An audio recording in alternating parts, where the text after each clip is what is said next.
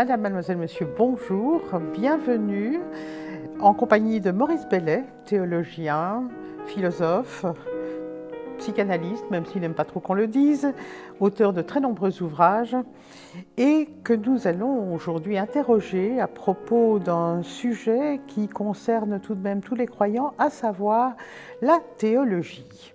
Alors, Maurice Bellet, vous avez souhaité que pour cette série d'entretiens que nous aurons, le titre qui soit donné soit « Théologie de poche ». Alors, j'ai envie d'abord de vous poser cette question. Théologie, est-ce que c'est encore un mot d'actualité? C'est un mot qui n'intervient plus, qui ne suscite plus d'intérêt guère qu'auprès d'un public un peu spécialisé? Et puis, pourquoi de poche? Est-ce que ça signifierait que la théologie, telle qu'on nous l'a transmise, est devenue trop encombrante, trop lourde pour que nous puissions encore l'emmener avec nous? Votre question est donc double. D'abord, Oui. pourquoi théologie? La théologie, c'est de l'ordre de la pensée, de la réflexion. Ça implique une certaine distance avec l'immédiat. Ça paraît à beaucoup de gens intellectuels avec une nuance un peu péjorative, comme si c'était quelque chose qui ignore l'expérience, qui plane dans des hauteurs plus ou moins confuses. Et je pense qu'il y a une autre conception de la théologie qui est beaucoup plus relative à l'expérience. La foi, c'est une expérience. C'est l'expérience d'une relation à Dieu. Qu'est-ce que Dieu? Mais conjointement aussi d'une relation aux autres et d'une relation au monde. Cette relation, elle est réelle quand on la vit. Mais l'être humain est un être de pensée. On ne peut pas vraiment vivre humainement sans penser. Et il y a des cas où cette pensée demande à être précisée, développée, critiquée. Parce qu'on peut vivre chrétiennement, et même de façon très profonde, sans être du tout un intellectuel. Et il est capital de toujours admettre ça, même si on est un théologien très compétent. Au fond, quelqu'un de même analphabète, n'ayant pas de culture, enfin, peut aller très loin dans ce qu'est la vraie connaissance de Dieu et de l'homme. Après tout, n'est-ce pas le cas de quelqu'un comme Thérèse de Lisieux, docteur de l'Église, s'il vous plaît, et qui n'avait pas une formation intellectuelle particulièrement brillante. Moyennant quoi, il arrive que des questions nous soient posées. Je ne parle pas des questions que nous-mêmes nous posons volontiers, qui dépendent quand même de nous, de notre façon de voir, etc. Mais des questions qui nous tombent dessus. Du genre? Des questions, comment? Quel genre de questions? Par exemple, prenons ça. Nous prêchons la bonne doctrine, nous avons le sentiment de développer devant d'autres les grandes vérités du credo, et nous tombons sur des gens qui n'y croient pas, ou qui n'y croient plus, ou qui posent eux-mêmes des questions, par exemple sur ce qu'est Dieu, sur l'existence de Dieu, sur l'Église, etc. Peut-être des questions que nous ne nous sommes pas posées. Et leur répondre en répétant ce que nous avons dit avant, c'est ne pas les écouter. Ou alors, dans un autre genre, et peut-être plus durement, des questions beaucoup plus vitales. Enfin, moi, j'ai passé pas mal de temps à recevoir des gens aux prises avec de grandes détresses, et entre autres des gens qui disaient, vous savez, j'ai été, ou je suis encore peut-être croyant, j'ai voué ma vie au service de Dieu et des hommes, et tout d'un coup, ça se défait. Ça se défait parce que j'ai vécu telle ou telle expérience qui ne me paraît pas compatible avec ma foi.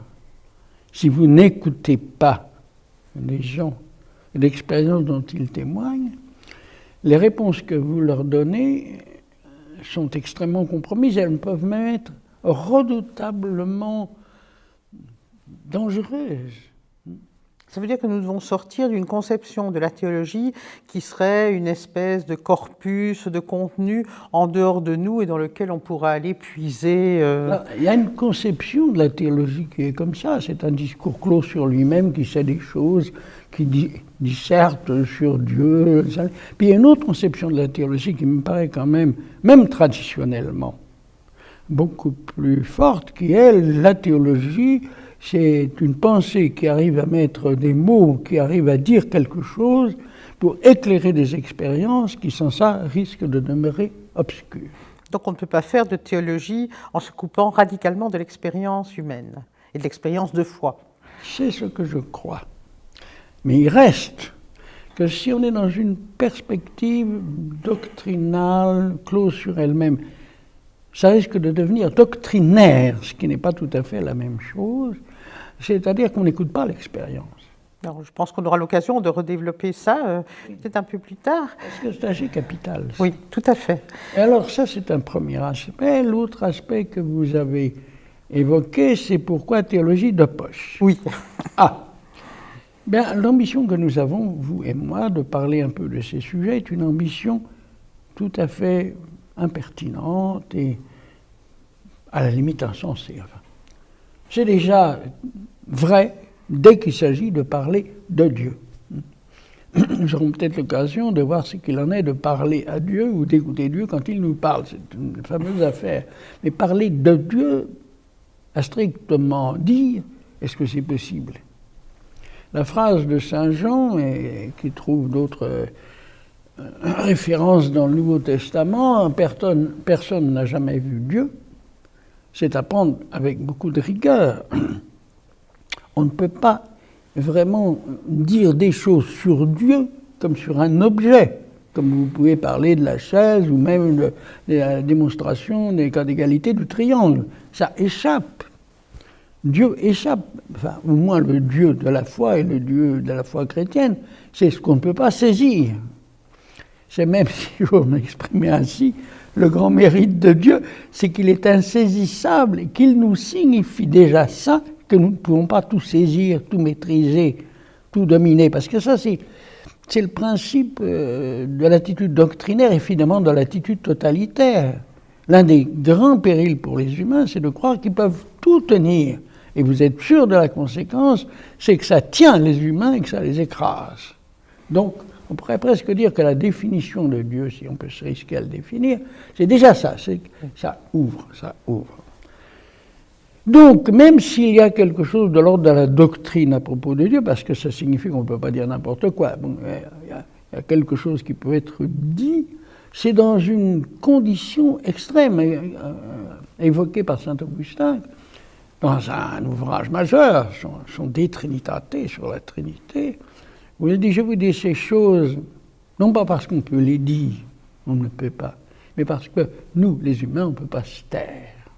Donc, si nous osons, vous et moi, parler des choses divines, nous sommes dans une situation qui, pour le savoir, pour la prétention de savoir, est une situation impossible. Et il faut l'assumer. Alors, l'inconvénient de cela, pour un esprit purement rationaliste, c'est qu'enfin, quand même, le savoir. Mais l'avantage, c'est que ça reste ouvert.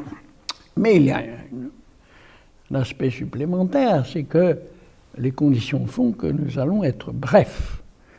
Nous n'allons pas passer, vous et moi, ensemble, 2 ans, 5 ans, 15 ans, 30 ans, même pas une heure, à y réfléchir tous les jours pendant plusieurs heures. Oui. Ce qui serait la condition raisonnable pour être à un niveau suffisant. Alors, qu'est-ce que nous pouvons faire? Une théologie de poche, ça veut dire quelque chose qui est élémentaire, qui est tout à fait du début, mais qui aura quelle fonction? Peut-être, si tout va bien, de ménager des entrées. Parce que pour moi, c'est une des grandes affaires de la théologie, de beaucoup d'autres choses d'ailleurs. Vous entrez par quelle porte? Si vous entrez par une mauvaise porte, ou une porte qui ne vous convient pas, même si elle est bonne ailleurs, dans ce qui peut être dit comme le jardin divin, ou comme le domaine de Dieu, c'est pas rattrapable. Vous aurez des difficultés, et des complications dont vous ne pourrez pas vous démêler. On pourrait presque dire que l'objet de notre théologie de poche, c'est par quelle entrée faut-il prendre si on ose parler de Dieu. Eh bien voilà, une question qui déjà ouvre des perspectives, puisque précisément vous ne semblez pas avoir une théologie enclose dans son jardin propre avec ses murs, et je ne doute pas que vous serez nombreux, amis téléspectatrices, téléspectateurs, à nous suivre encore en compagnie de Maurice Bellet. Merci.